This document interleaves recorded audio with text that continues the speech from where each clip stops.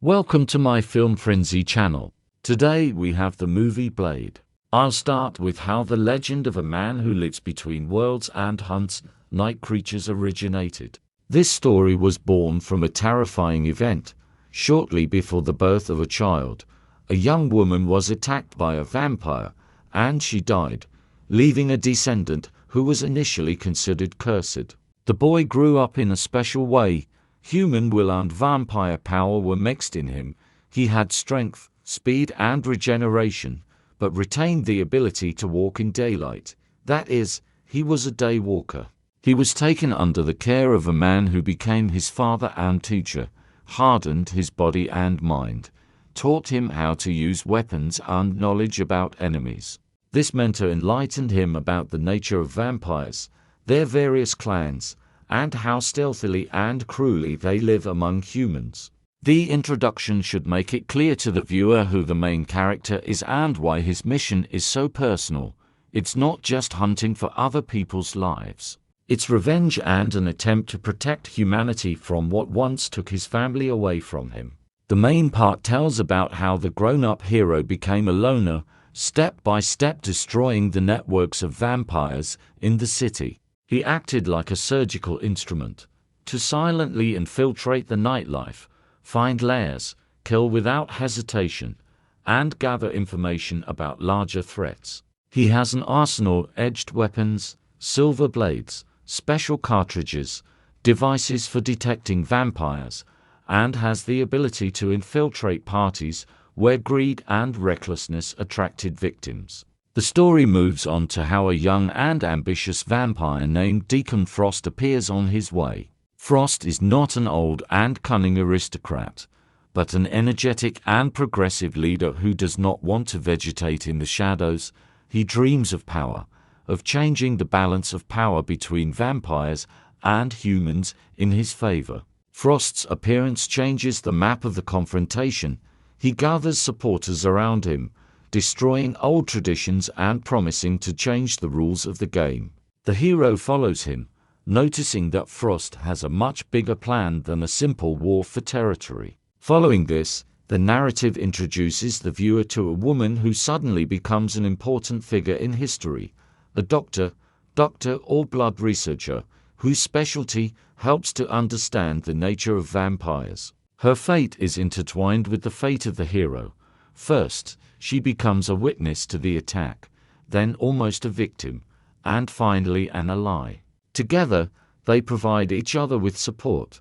She provides a scientific explanation, he provides practical experience. There is tension and respect between them, and this human line makes the story deeper. Further, the story delves into the intrigue. Frost discovers an ancient ritual, an ancient mythology associated with an entity called the Prince of Blood, or La Magra, something like the primordial power of vampires, promising the one who awakens it divine power over people and animals. Frost intends to perform a ritual that will give him power, and he manipulates his community, collects relics and searches for the keys to awakening.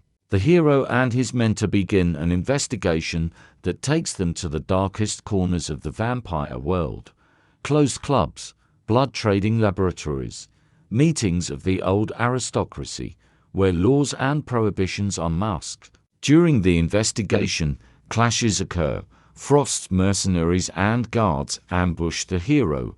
He drags away and destroys the smallest links, but the further he goes, the higher the price. The hero's mentor finds himself in danger. He takes the blow to allow the hero to continue the mission.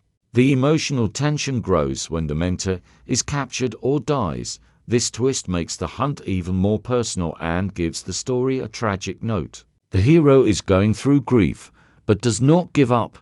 He uses his stealth skills and strength to break through to the center of the conspiracy.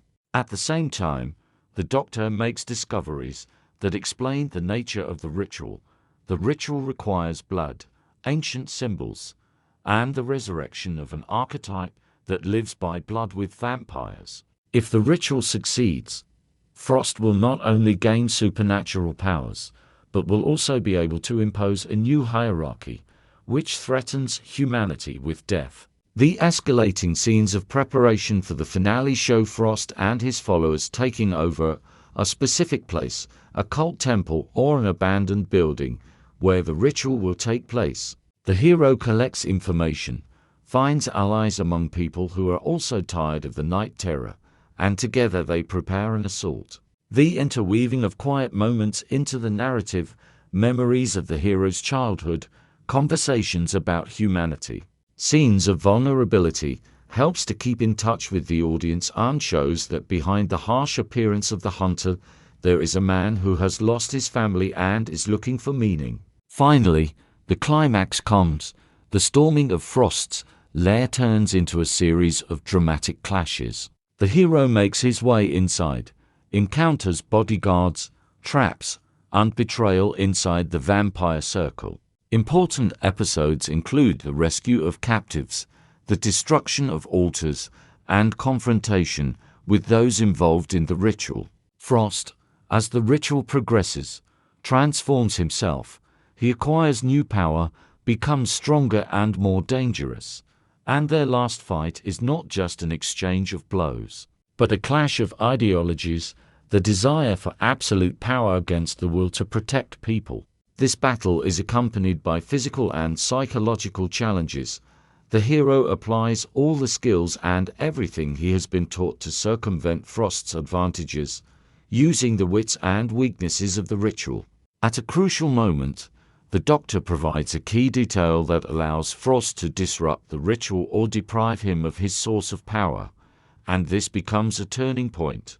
After a desperate struggle and sacrifice, Frost is defeated. Either he is physically destroyed, or the ritual is crossed out so that he loses power. Victory is not given for free. Losses are deeply felt, and the scars of what happened remain in the world. In conclusion, I will summarize and show how this conflict has changed the hero and the world around him. He remains a hunter. His mission continues because the darkness does not disappear completely, but now he acts with new knowledge and with the memory of those he has lost. The Doctor remains by his side as a witness and colleague, and respect is established between them. Perhaps friendship is born, and not necessarily romance.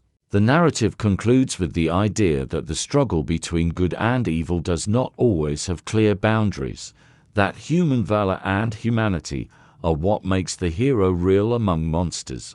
I will end on a note of hope with a note that although one battle has been won, the war continues, and the legend of the man between the two worlds will live on, inspiring and frightening at the same time.